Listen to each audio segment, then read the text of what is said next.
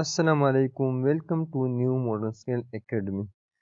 نن زمونږه لیکچر نمبر 16 دی. د دې نه مخکې مونږه د ایم ایس ورډ پریکټیکل کورس لیکچر 15 پورې چې کوم دی هغه مونږه کړي.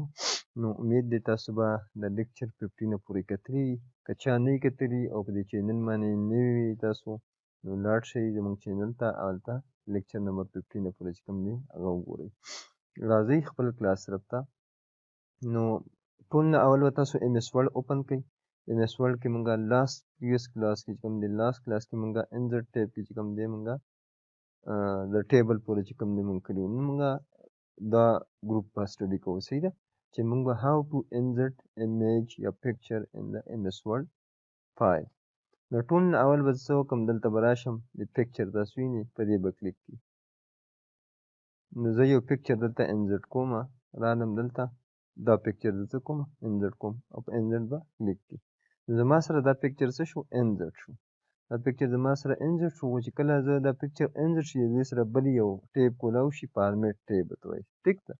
نو اوس د دې نه ګوره په دې فارمیټ ټیب کې چې کوم دی زموږ سره بل یو ګروپ دی ایډجسټ. نو ګوره په دې ایډجسټ کې ریموو بیک ګراوند د دې اتومیټیکلی ریموو انوانټډ پورشن اف د پکچر. د دې نه چې کوم دی انوانټډ چې کوم پورشن دی هغه ته ریموو کوي. نو زه په دې کلیک کوم، په دې ځای کلیک کوم. نو ګوره زموږ سره مارک ایریا ټو کیپ وایي هغه ایریا مارک چې کوم ته ساتل غواړي ځان سره، او مارک ایریا ټو ریموو ریلاین او چې کوم ته درې کوي نو هغه مارک. نو زه په دې باندې کلیک کوم. زه غواړم چې یاره زما څه دی دا ایریا چې کوم دی دا ایریا دی زما سره صحیح زما سره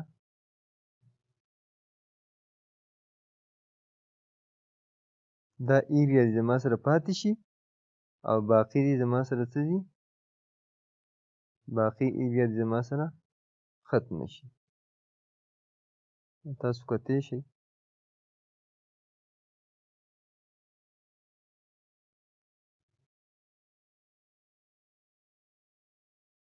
ګوره زه یا دلته کلیک که بهر د پکچر نه بهر کلیک که یا کیپ چینجز په دې باندې کلیک که.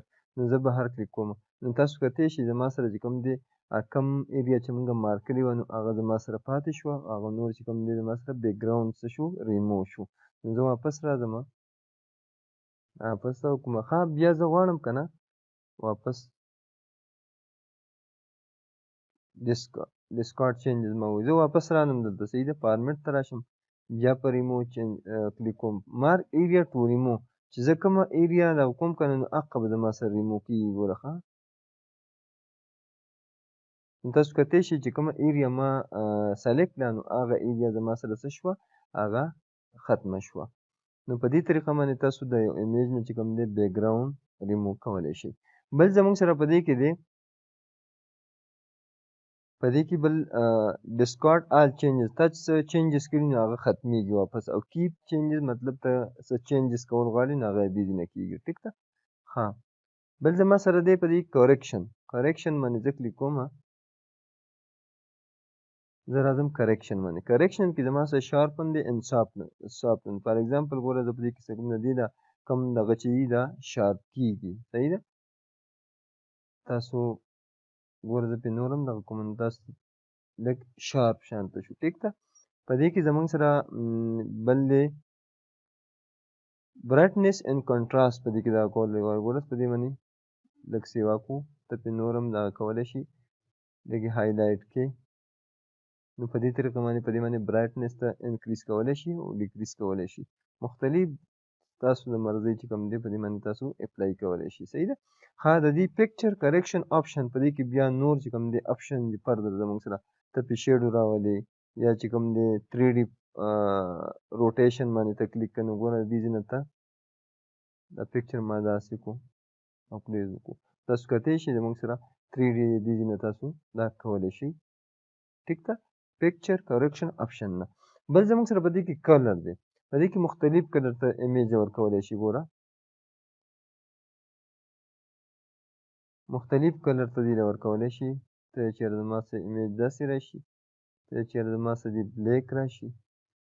په دې کې ته زما سره بیا ری کلر دی، مطلب دا دی ګوره تا سره داسې راغلی.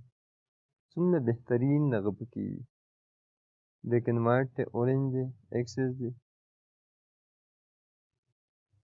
ګوره تاسو په دې طریقه باندې تاسو کلر مختلف کلر چې کوم دی دې ته ورکولی شي. ټیک ده. بل زموږ سره مور ویریشن دی، دې ته تاسو مختلف کلرز نور هم دغه کولی شي. سیټ ټرانسپیرنټ کلر دې لپاره ته دا کولی شي. ټیک ده.